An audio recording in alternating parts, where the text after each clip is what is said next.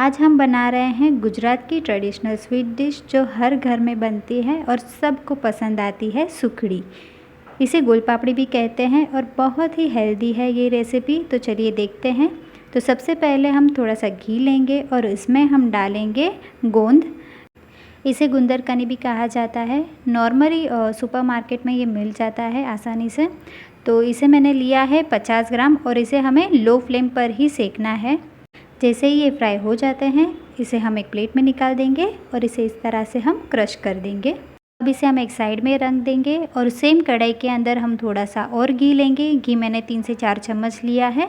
Gas की flame हमें लो ही रखनी है। जैसे ही हमारा घी मेल्ट हो जाएगा तो इसमें हम डाल देंगे गुड़। यहाँ पे मैंने 250 ग्राम लिया है। अगर आप 250 ग्राम घी ले रहे हैं तो 250 ग्राम आपको गुड़ लेना है और 250 ग्राम आटा लेना है। अगर ये सेम प्रोपोर्शन से आप बनाएंगे तो आपकी सुखड़ी बहुत अच्छी बनेगी।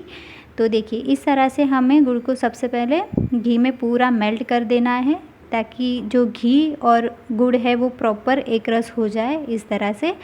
अब इस स्टेज में हम इसमें डाल देंगे आटा। ये गेहूं का आटा है नॉर्मल, जो हम रोटी बनाने के लिए यूज़ करते हैं। इसे भी हमें अच्छे से सेकना है, बहुत ही पेशेंस से करना है। गैस की फ्लेम हमें लो ही रखनी है और अगर ज़रूरत लगे तो थोड़ा थोड़ा घी हमें इसमें ऐड करते रहना है। कॉन्स्टेंटली हमें इसे चलाते रहना है ताकि हमारा जो आटा है वो प्रॉपर ऊपर से नीचे तक सेक जाए और जले ना।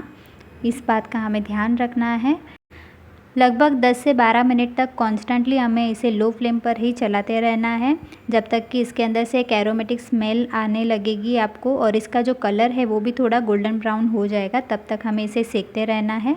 जब आपको लगे कि आपका आटा सेक गया है और इसका कलर भी ऑलमोस्ट चेंज हो गया है तो वो स्टेज पे आपको गैस बंद कर देना है और उसके बाद हम इसमें डालेंगे खिसा हुआ खोपरा 2 चम्मच लिया है और फ्लेवर के लिए मैंने जायफल और इलायची का पाउडर डाला है।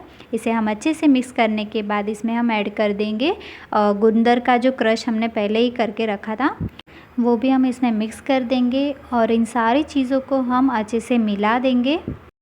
इसे अच्छे से मिक्स करने के बाद ये अभी भी गर्म ही है, तभी हमें इसे एक प्लेट में निकाल देना है। तो इसे सेट करने के लिए मैं रेगुलर थाली का यूज़ कर रही हूँ जो हमारे घर में अवेलेबल होती है। तो इसे पूरा हमें एक थाली के अंदर निकालना है और इस तरह से दबाते हुए स्प्रेड करते रहना है। थोड़ा थोड़ा हम इसमें ऐड करते जाएंगे और स्प्रेड करते जाएंगे इस तरह से।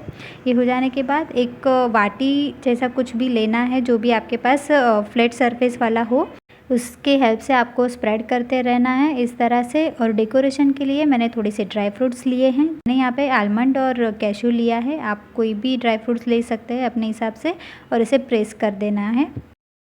इसे जब हम प्रेस करते हैं तभी इसकी जो साइड्स होती है, इसकी जो कॉर्नर है वो इस तरह से ऊपर आ जाती है। तो इसे भी हमें इसे दबाते हुए नीचे बिठा देना है।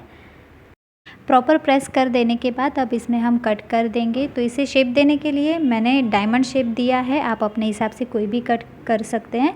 और इसे हमें लगभग 5 से 6 घंटे के लिए या फिर होम टेम्परेचर में आप ओवरनाइट के लिए भी इसे ठंडा करने के लिए रख सकते हैं। नेक्स्ट डे जब मैंने इसे चेक किया तो हमारी सुखड़ी एकदम अच्छे से जम गई है और ये सर्व करने के लिए बिल्कुल तैयार है।